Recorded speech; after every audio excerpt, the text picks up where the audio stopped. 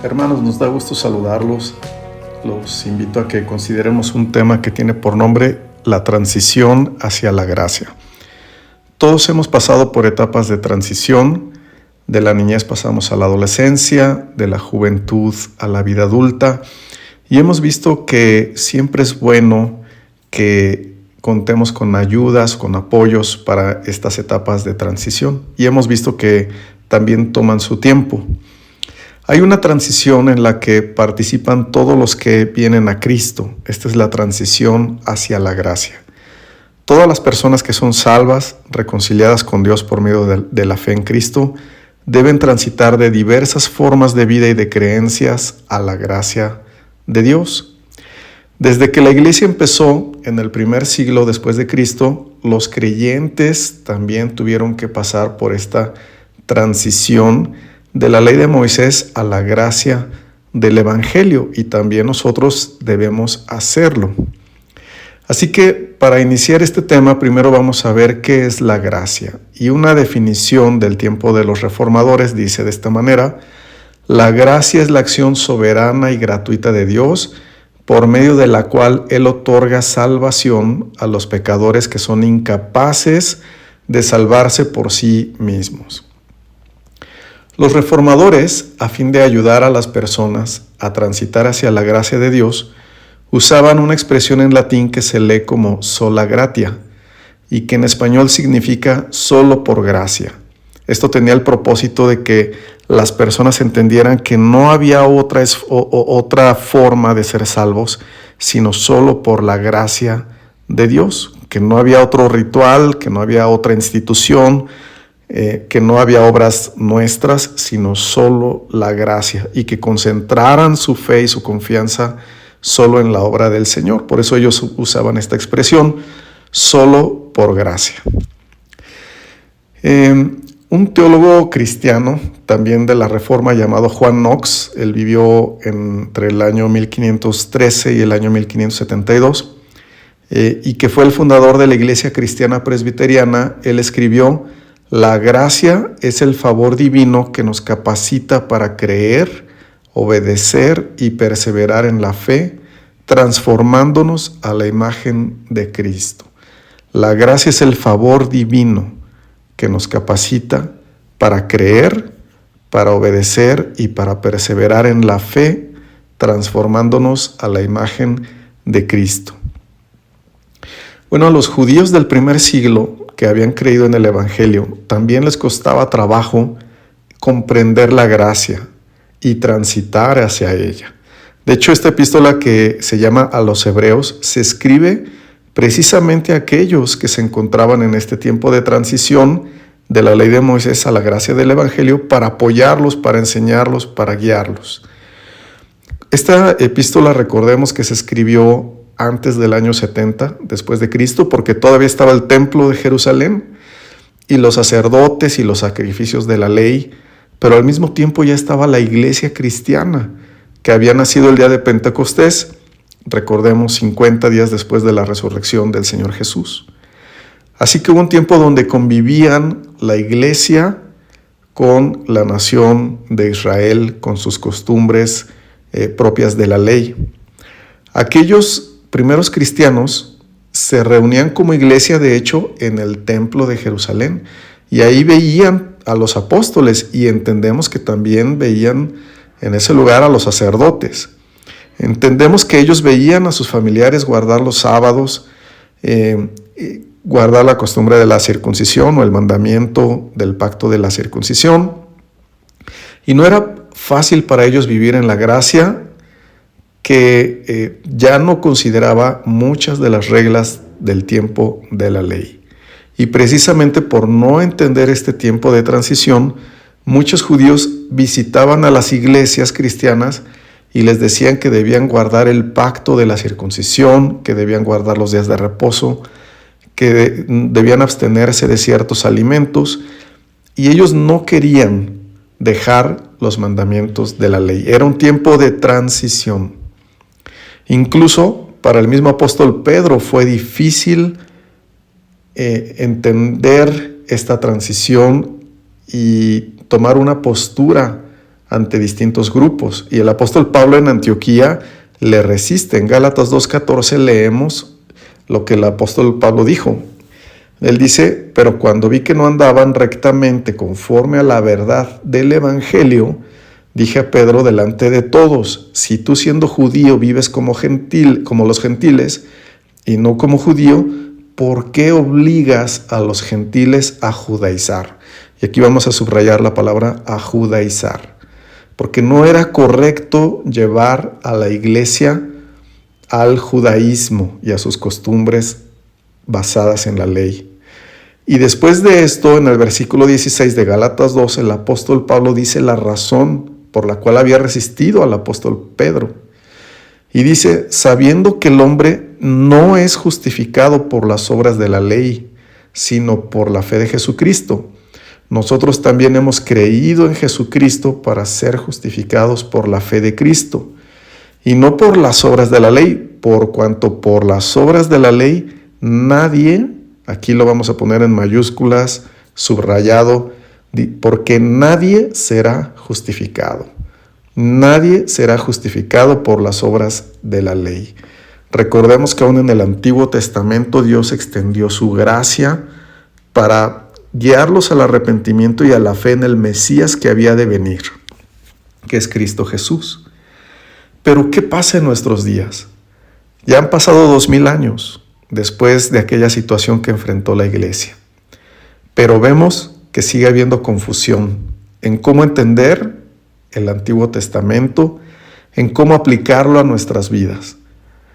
A veces erróneamente queremos aplicar literalmente la ley judía a la iglesia. A veces erróneamente se equipara a los reyes o a los sacerdotes o profetas del Antiguo Testamento con los pastores de la iglesia actual. O se compara al templo de Jerusalén con los edificios de nuestros días. Pero eso no es correcto. Muchos enseñan aspectos como los ungimientos con aceite de ciertos artículos, o a veces se unge con aceite las casas incluso, y fuera de lo que enseña el Nuevo Testamento. Se ungen a las personas fuera de lo que enseña el Nuevo Testamento. A veces se enseña que con danza judía y con shofar en las alabanzas hay más poder espiritual, o se enseñan los diezmos como se aplicaban en el Antiguo Testamento, o se dice que los músicos de la iglesia de hoy son equiparables a los levitas de alguien. En general sigue habiendo mucha confusión.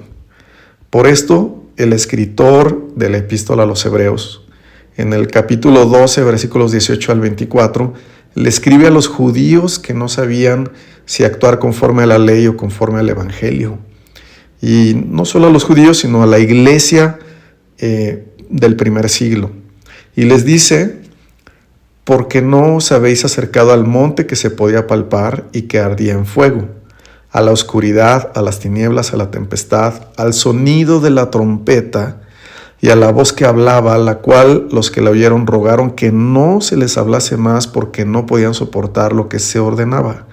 Si aún una bestia tocara el monte, será apedreado o pasada con dardo. Y tan terrible era lo que se veía que Moisés dijo: estoy espantado y temblando. Toda esta descripción que hace el escritor a los Hebreos hace que nos quede claro que se refiere a la ley de Moisés, o a la ley que Dios le dio a Moisés en el monte Sinaí, y dice que la iglesia no fue acercada a ese pacto de la ley. Y después dice: sino que os habéis acercado al monte de Sión. Está hablando de otro pacto, al monte de Sión, a la ciudad del Dios vivo, Jerusalén la celestial, a la compañía de muchos millares de ángeles, a la congregación de los primogénitos que están inscritos en los cielos, a Dios, el juez de todos, a los espíritus de los justos hechos perfectos, a Jesús, el mediador del nuevo pacto,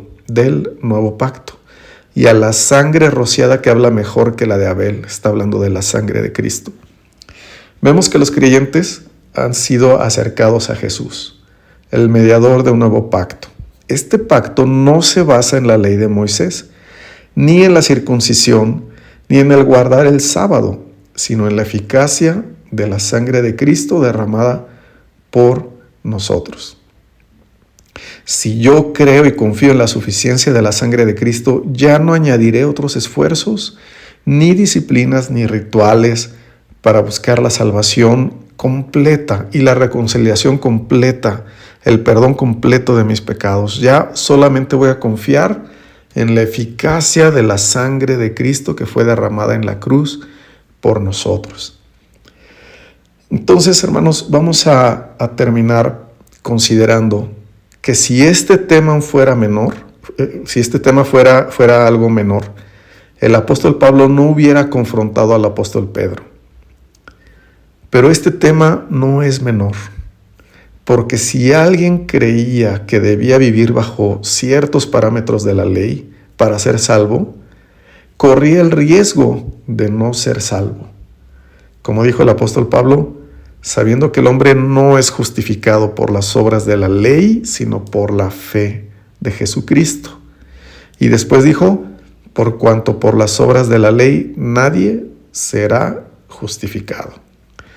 Por esto, hermanos, si hoy tuviéramos en nosotros algún tipo de condenación, si sentimos que no podemos alcanzar un cierto estándar que nos haga agradables a Dios, si creemos que hay algún pecado que es tan grande que no lo hemos podido quitar de nuestra vida y que tengo que hacer más y más obras para quitarlo, debemos dejar de ver todo eso y mejor ver la grandeza del nuevo pacto que se basa en la fe en la sangre de Cristo.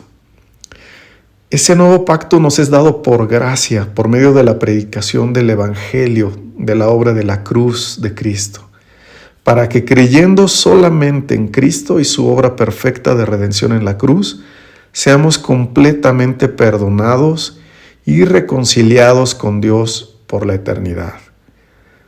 Dios quiere que vivamos en la libertad a la que Él nos ha llamado, que Él nos da por medio del Evangelio de su Hijo Jesucristo. Vamos a orar.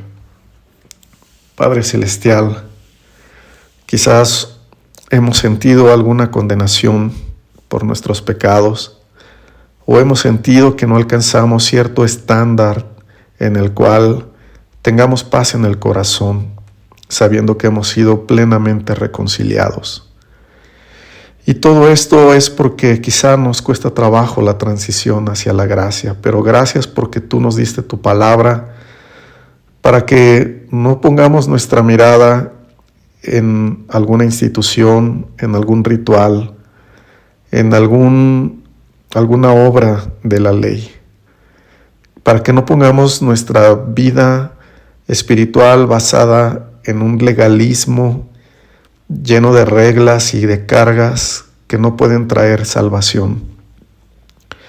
Tú quieres que tengamos una fe plena en Jesucristo y su obra en la cruz, y que es suficiente para perdonar todos nuestros pecados y borrarlos y permitirnos la reconciliación más plena que existe con Dios, para que podamos descansar en la fe de Cristo, que esa es la roca firme de nuestra salvación, porque nosotros podemos fallar, pero Cristo no falló. Cristo fue fiel en todo, y por la fidelidad de Cristo, hoy podemos tener el perdón completo de nuestros pecados. Te pedimos, Señor, que nos tomes de la mano espiritualmente y nos guíes por la fe para vivir en la gracia del Hijo de Dios, que nos amó y se entregó a sí mismo por nosotros en la cruz. Te lo pedimos y te damos gracias en el nombre de Cristo Jesús. Amén.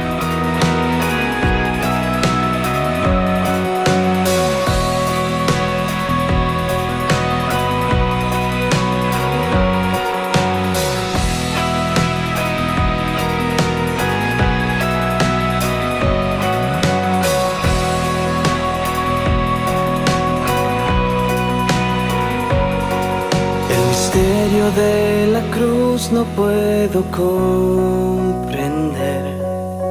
la angustia que llegó a sufrir el perfecto Dios, su Hijo entregó. La copa amarga Él bebió por mí. Tu sangre mi maldad lavó.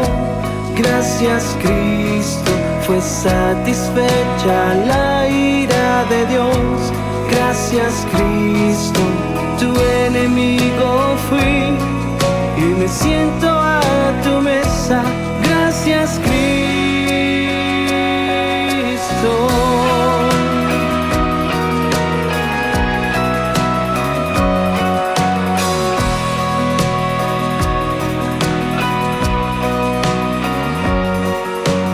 Por tu sacrificio me acercaste a ti, quitaste toda enemistad. Tu gloriosa gracia derramaste en mí, tu misericordia es sin igual. Tu sangre mi maldad lavó. Gracias Cristo, fue satisfecha la ira de Dios. Gracias Cristo, tu enemigo fui y me siento a tu mesa. Gracias Cristo.